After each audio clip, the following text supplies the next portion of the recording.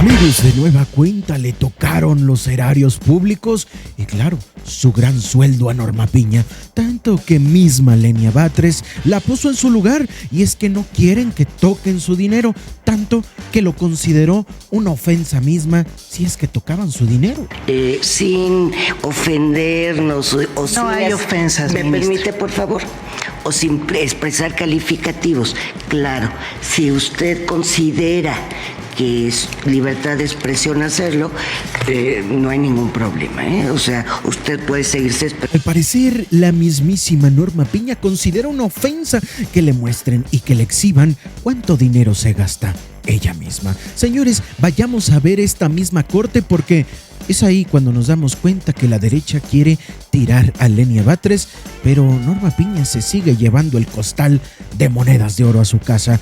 Pues bueno, arranquemos con esta información, pero antes te invito a que seas parte de este canal. ¿De qué manera? Suscribiéndote y activando la campanita para llegar a esos mexicanos que aún nos hacen falta. Pues arranquemos con esta información que se pone más que buena. Ministra, no, sí se refiere la reforma específicamente cuando vuelve o incluye una obligación que tenemos desde hace 14 años para cumplir el artículo 127, fracción segunda, que pone límites a nuestras remuneraciones, y esta Corte ha omitido el cumplimiento de esta obligación. Ahí es donde se refiere a esta interpretación literal. Nos obliga a cumplir el texto literal de la Constitución. No es este caso en donde no estamos contradiciendo un artículo sustantivo de la Constitución, sino llenando un vacío procedimental que nos permite o nos permitiría funcionar. Golpe de Estado, efectivamente, y voy a repetirlo, es atribuirnos facultades sustantivas que corresponden a otros poderes. Yo creo que deberíamos haber cumplido este artículo 127, como también el 94, que en su párrafo cuarto nos obliga a funcionar en salas de manera pública, en sesiones públicas. A esos incumplimientos es a los que refirió la propia iniciativa y la reforma aprobada respecto de la literalidad de su contenido. Entonces, no es este caso, y por eso insistiría en que yo no tengo inconveniente en votar uno u otro.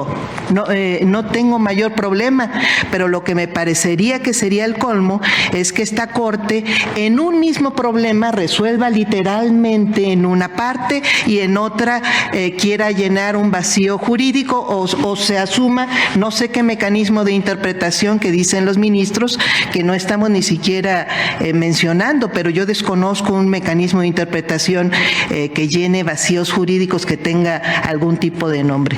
No es ese caso, me parece a mí, y creo que estamos obligados simplemente por operatividad de la propia Corte a decidir congruentemente. Muchas gracias. Gracias. Yo nada más quisiera señalar, en consideración al que no obedecimos el 127, si yo me voy a la literalidad, como está el 127, dice: los servidores públicos de la Federación, de las entidades federativas, de los municipios y de las demarcaciones y cualquier recibirán una remuneración adecuada e irrenunciable por el desempeño de su función, empleo o cargo. Aquí lo importante es el tercer párrafo. ¿Qué se considera como remuneración o retribución? Toda percepción en efectivo o en especie, incluyendo dietas, aguinaldos, gratificaciones, premios, recompensas, bonos, estímulos, comisiones, compensación y cualquier otra, con excepción de los apoyos y los gastos sujetos a comprobación. Si yo me voy a la literalidad de este precepto, pues no solamente son las remuneraciones que se reciben en efectivo, sino cualquier otra prestación que se recibe en especie. Es literal. Y el 94, antes de la reforma, se establecía que los salarios o sueldos del Poder Judicial Federal, congruentes con los principios internacionales de garantías procesales, serían irrenunciables y no podrían ser disminuidos en el empleo de su cargo. Y también es literal. Pero bueno, ya no... No, sí, me permite, por Sí, favor, claro, pero ministra. me permite terminar nada más. Esa es mi apreciación, respeto su apreciación. Siempre ha sido una cuestión de criterios que es muy válido en una corte plural. Tampoco es un tema que en este momento tengamos que discutir. Lo haremos cuando veamos ley de remuneraciones. Ahí lo veremos porque el tema está planteado. Entonces será el momento de la discusión. Ahora, para poder resolver este punto, que me parece que es el que tenemos que resolver en este momento y no pasar a tópicos que será en su momento, y respetando el criterio de cada uno de los participantes, que tendremos oportunidad de expresarnos en el tema concreto. Pero para situar el problema, la cuestión que estamos resolviendo ahorita, según recuerdo, usted votó porque no funcionaran las salas. Así es. Exacto. Entonces, usted se inclina porque sea una literalidad tal y como lo establece la Constitución. No, parece que no me escuchó. No, sí le escuché, a lo mejor no se explicó, pero sí le escuché. Sí, ministra. Vuelvo a explicar mi punto. Yo lo que creo es que si ya se resolvió, porque eso no sé si se vuelva a votar, sería un poco absurdo, porque ya llevamos varias sesiones de sala funcionando y emitiendo resoluciones. Yo repito, si ya se resolvió eso, tendríamos que votar coherentemente esta otra parte y asumir, si la regla es el funcionamiento con base en la integración de 11 ministros, pues asumir que nos corresponde una mayoría calificada de 8 y nos corresponde al mismo tiempo pues un funcionamiento del pleno de 11, que también lo venimos asumiendo. Es decir, hay, como planteó en su momento el ministro Pardo, pues teníamos que haber votado las tres cosas al mismo tiempo. Me pronuncié en aquella ocasión por eso. De cualquier forma, por supuesto que yo asumiría la literalidad de la norma por encima de cualquier interpretación subjetiva.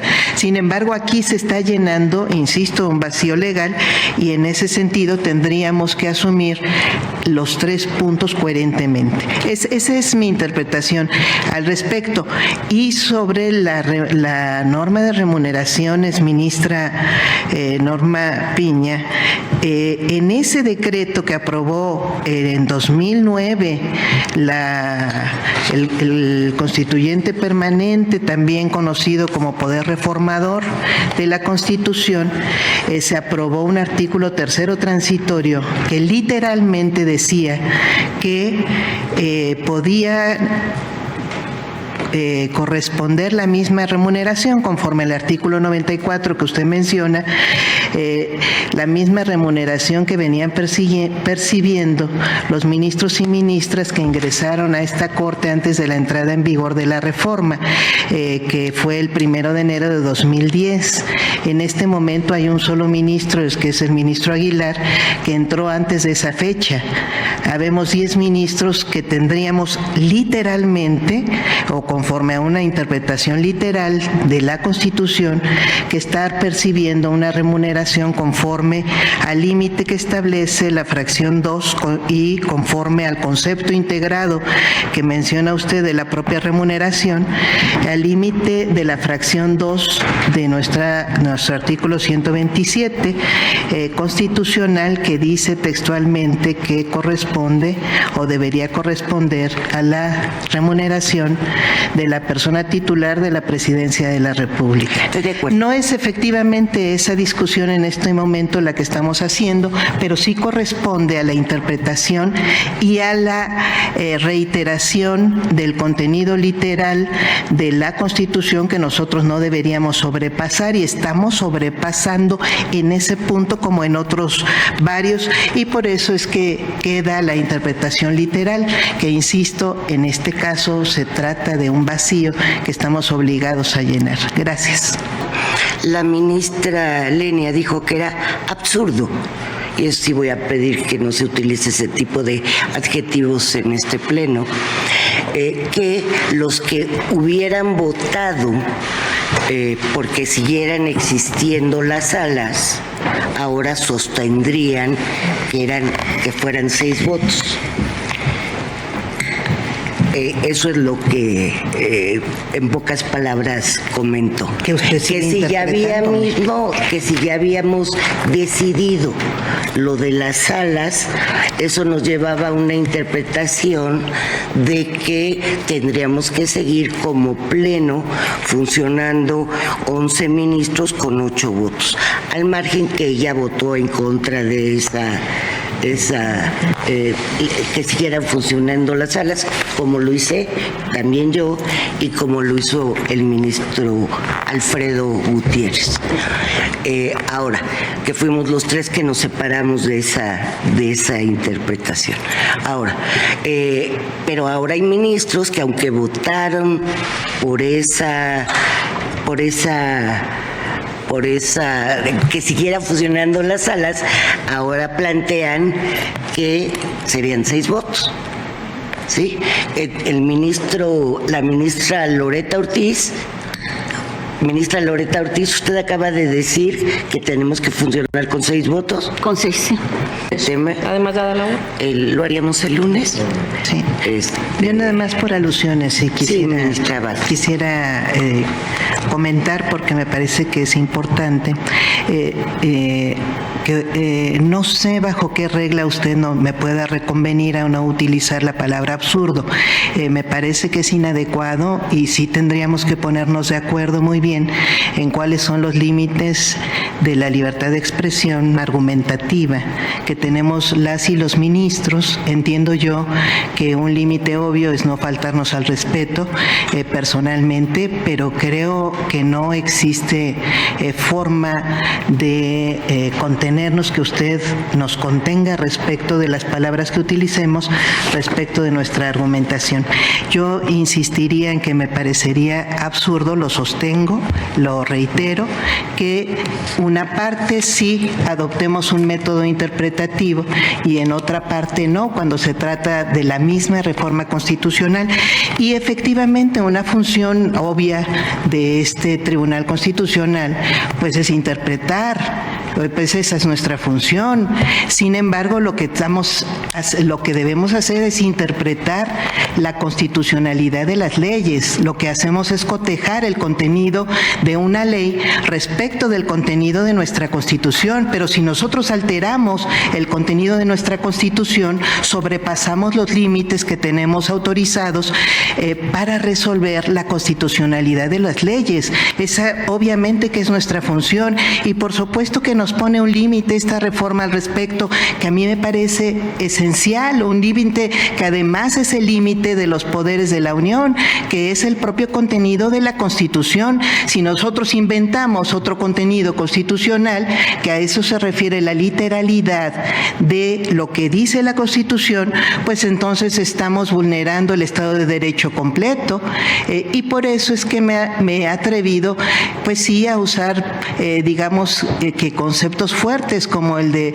golpe de Estado, pero yo no veo ningún tipo de normativa que nos pueda o que pueda aplicar la presidencia de esta Corte para impedir que podamos ponerle palabras así de fuertes a lo que pueda estar haciendo este cuerpo colectivo, este cuerpo colegiado, que tiene una misión importantísima clarísima, que es resguardar la Constitución e interpretar bajo el límite de esa Constitución. Entonces yo insistiría, ministra, pues usted está interpretándome a mí, yo lo único que voy a insistir es que seamos congruentes, que no seamos incongruentes, en consecuencia que resolvamos lógicamente, no absurdamente, en consecuencia. Muchas gracias. Gracias.